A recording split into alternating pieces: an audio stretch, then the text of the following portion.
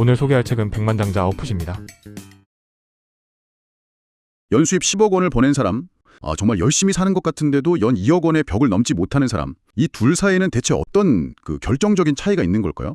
이게 뭐 재능이나 운, 아니면 환경 탓이 아니라고 한다면 대체 정체가 뭘까요? 아마 정말 많은 분들이 매일같이 고민하는 바로 그 지점일 겁니다. 나는 왜 안 될까? 하는 그 질문의 가장 핵심적인 부분이죠. 바로 그 질문에 대한 아주 명쾌한, 어쩌면 조금을 도발적인 답을 제시하고 있습니다. 카미오키 미사키의 책 백만장자 아웃풋인데요. 이번 탐구의 목표는 이겁니다. 이 책이 말하는 성공은 행동의 차이다. 이 주장을 아주 깊이 파고들어서요. 지금 듣고 계신 당신이 오늘 당장, 정말로 당장 시도해볼 만한 구체적인 행동과 생각의 틀을 찾아내는 겁니다. 맞습니다. 지식을 머리에 그냥 채워 넣는 인풋만으로는 아무것도 바뀌지 않는다는 걸 사실 우리 모두 경험으로 알고 있잖아요. 중요한 건 어떻게 그 지식을 현실의 결과물, 그러니까 아웃풋으로 바꿔내느냐, 바로 그 비밀을 함께 탐색해 보겠습니다. 좋습니다.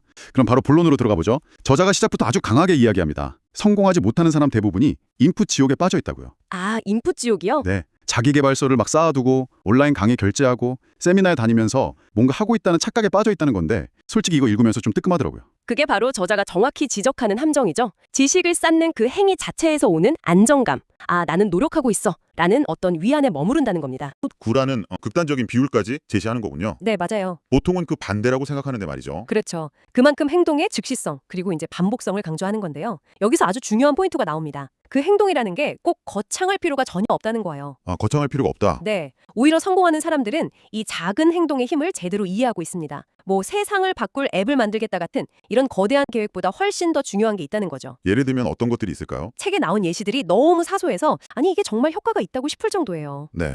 예를 들면 아침에 출근하면 SNS 보지 않고 곧장 업무 메일 열기 라던가 아니면 매일 퇴근 전에 딱 한 줄이라도 그날 한 일을 기록하기 같은 것들이요. 와, 정말 사소하네요. 그런데 그런 작은 행동들이 대체 어떻게 부와 성공으로 이어지는 거죠? 그 연결고리가 궁금한데요. 그 작은 행동들이 매일 반복되면서 아, 나는 내가 하기로 한 일을 해내는 사람이구나. 자기 확신, 자신감을 만들어내기 때문입니다. 자신감이라는 게 성공의 결과물이 아니고요. 성공으로 가는 과정에서 쌓이는 일종의 에너지원인 셈이죠. 책에서 인용한 1976년 몬트리올 올림픽 사격 금메달리스트 레니 로버트 바셈의 말이 이걸 정확히 보여주거든요. 자신감은 시합 전에 모두 결정된다. 아, 그렇군요. 그러니까 시합에서 이겨야 자신감이 생기는 게 아니고 그날까지의 꾸준한 훈련, 즉 그 행동의 총량이 이미 자신감을 완성시킨다는 의미군요. 바로 그겁니다. 결국 인풋 지옥에서 벗어나는 첫걸음은 완벽한 계획을 기다리는 대신에 아주 사소한 행동이라도 지금 당장 시작하는 거네요. 네, 생각의 고리를 딱 끊고 행동으로 넘어가는 거죠. 그런데 바로 그 지점이 사실 가장 어렵지 않나요? 일단 시작하라는 조언은 세상 모든 자기계발서에 다 나오지만 솔직히 침대에서 일어나는 것조차 버거울 때가 많잖아요. 맞아요. 그 첫발이 제일 무겁죠. 이 책에서는 뇌과학을 활용한 되게 재미있는 해법을 제시하던데요.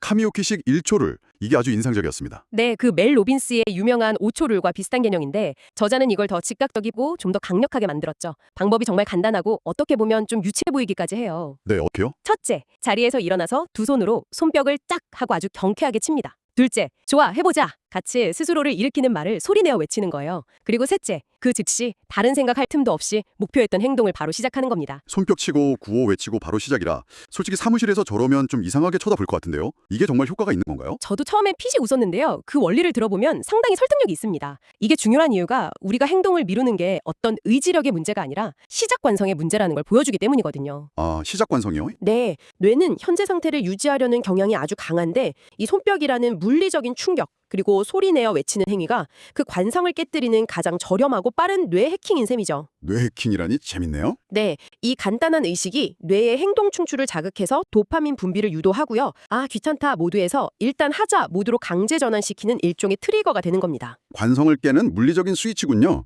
맨날 의지력 탓만 할 게 아니라 이런 간단한 장치를 한번 활용해보라는 거네요. 저도 사실 이걸 아침에 일어날 때 한번 써봤거든요. 알람 끄고 누워서 5분만 더 잘까 고민될 때 침대에 앉아서 손뼉을 짝 치고 가자 하고 작게 외쳤더니 옆에서 자던 고양이가 기겁을 하더라고요. 아, 고양이가 놀랐겠네요. 좀 민망했지만 효과는 확실했습니다. 더 눕고 싶은 마음이 정말 싹 사라졌죠. 고양이에겐 좀 미안하지만 효과가 확실하다니 한번 시도해볼 만 하겠습니다. 자, 이렇게 행동의 시작 스위치를 켰다면 그 다음은 속도와 방향이 중요할 텐데요. 책에서 소개된 착수점 스피드 사이클 메소드라는 전략. 솔직히 저는 이 부분이 가장 좀 비현실적으로 들렸어요. 아, 그 부분이요? 네, 완벽한 계획보다 빠른 실행과 수정을 반복하라는 건데 계획 없이 시작하라는 말은 너무 무책임하게 들리는 들릴 수도 있잖아요. 아주 날카로운 지적이시네요.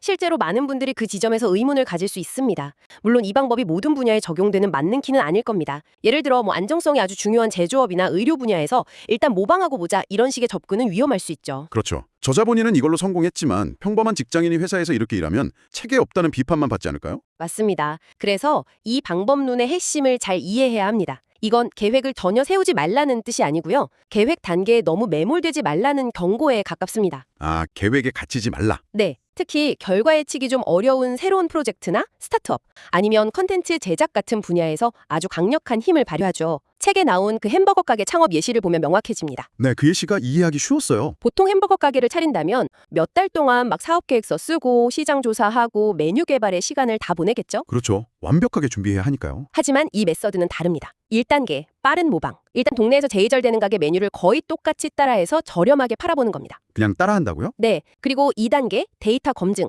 며칠간의 매출 데이터를 보고 우리 동네에서 이 저가 전략이 먹히는지 아닌지를 아주 빠르게 판단하는 거죠. 3단계는 다음 착수점 결정.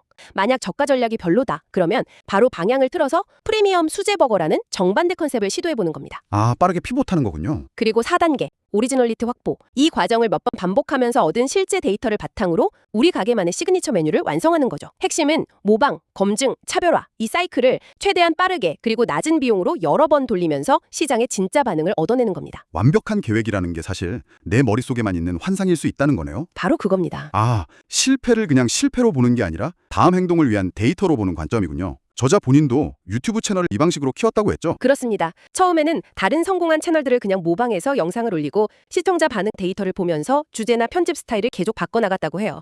그렇게 수많은 실패 데이터를 쌓은 끝에 자신만의 성공 공식을 찾아낸 거죠. 그 스피드 사이클이라는 게 결국 실패를 두려워하지 않는 태도와 연결되는 것 같네요. 아무리 좋은 기술이 있어도 한 번의 실패에 좌절하면 다음 사이클로 넘어갈 수가 없으니까요. 이 지점이 바로 이 책의 후반부에서 다루는 백만장자의 멘탈 부분과 자연스럽게 이어지는 거겠죠? 정확합니다. 아주 자연스러운 흐름이에요. 행동의 기술, 즉 하우투가 엔진이라면 그것을 계속해서 작동하게 만드는 건 결국 강력한 멘탈, 그러니까 사고방식, 마인드셋이니까요. 저는 이 책에서 자신의 욕망에 솔직해지라는 부분이 가장 뜨끔했어요. 왠지 돈을 많이 벌고 싶다거나 고급 차를 타고 싶다. 이렇게 말하면 좀 속물처럼 보일까봐 스스로 검열하게 되잖아요. 그렇죠. 다들 그렇죠. 근데 책에서는 오히려 그게 행동의 가장 강력한 출발점이라고 하니까 머리를 한 대 맞은 기분이었습니다. 많은 사람들이 비슷한 감정을 느끼죠. 하지만 저자가 만난 연수입 10억 원 이상의 부자들은요, 자신의 욕망을 전혀 부끄러워하지 않았다고 합니다. 오히려 회사를 더 키우고 싶다, 더 좋은 집에 살고 싶다, 이런 욕망을 명확히 인지하고 그것을 목표 달성을 위한 일종의 로켓 연료로 사용한다는 공통점이 있었죠. 욕망을 억누르는 게 아니라 인정하고 활용하는 거군요. 네, 맞습니다. 그리고 성공한 사람들은 결과뿐만 아니라 그 과정 자체를 즐긴다는 점도 굉장히 인상 깊었습니다. 힘든 도전을 하면서 너무 힘들어가 아니라 이거 너무 신나는데? 라고 말한다고요? 솔직히 그건 좀 타고난 성격 아닐까요? 어떻게 힘든 과정을 즐길 수가 있죠? 그 부분에 대해서 뉴욕 특성과 관련지어 설명하는 게 아주 흥미롭습니다. 우리 뇌는 안정된 상태보다 끊임없이 새로운 자극과 성장을 추구하는 경향이 있는데 그 최고의 자극이 바로 어려운 문제를 해결해 나가는 과정에서 나온다는 겁니다. 결과만 보고 달리면 고통이죠. 하지만 어제보다 조금 더 나아지는 나 자신을 발견하는 그 과정 자체를 일종의 게임처럼 즐기기 시작하면 좌절이나 실패도 게임의 일부처럼 느껴진다는 거죠. 게임의 퀘스트처럼요. 네, 성공하는 과정에서 생기는 자극을 즐겨라. 이게 바로 핵심 습관 중 하나인 이유입니다. 같은 사건도 어떻게 받아들이느냐? 즉, 해석력의 차이가 미래를 좌우한다는 부분도 빼놓을 수 없겠네요. 상사에게 지적을 받았을 때 이걸 그냥 꾸중으로 듣고 위축되느냐? 아니면 성장을 위한 공짜 컨설팅으로 받아들이냐의 차이처럼요. 바로 그 지점이 부자와 평범한 사람을 가르는 아주 결정적인 분기점이 될 수 있습니다. 성공하는 사람들은 주변에서 일어나는 모든 사건을 자신의 성장을 위한 재료로 해석하는 경향이 있거든요. 그런데 그 해석력이라는 게 자칫하면 현실을 외면하는 일종의 정신승리가 될 위험은 없을까요? 상사의 지적이 정말로 제 능력 부족 때문일 수도 있는데 무조건 아니야, 이건 성장을 위한 조언이야 라고만 해석하는 게 과연 올바른 태도일지 그런 의문이 들더라고요.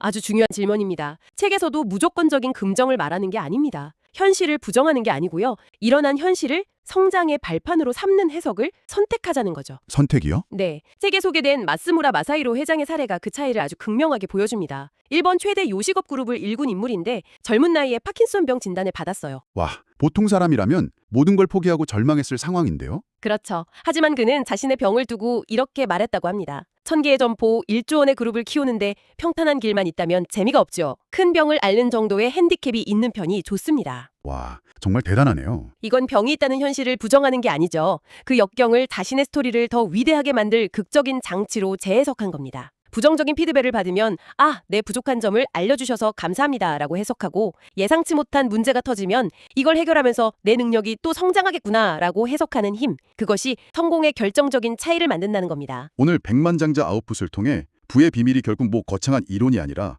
바로 그 행동에 있다는 걸 다시 한번 확인했습니다. 생각을 즉시 행동으로 옮기는 작은 스위치를 켜고 실패를 데이터 삼아서 빠르게 방향을 수정하고 내 안의 솔직한 욕망과 모든 경험을 성장의 재료로 해석하는 태도, 이것이 핵심이었네요. 맞습니다. 정리하자면 이 책이 우리에게 주는 메시지는 아주 명쾌합니다. 더 이상 머릿속에만 담아두지 말고 작게라도 아웃풋을 만들어내라는 거죠. 1초룰로 지금 당장 시작하고 스피드 사이클로 두려움 없이 개선해 나가고, 그리고 모든 과정을 성장 게임처럼 즐기는 것.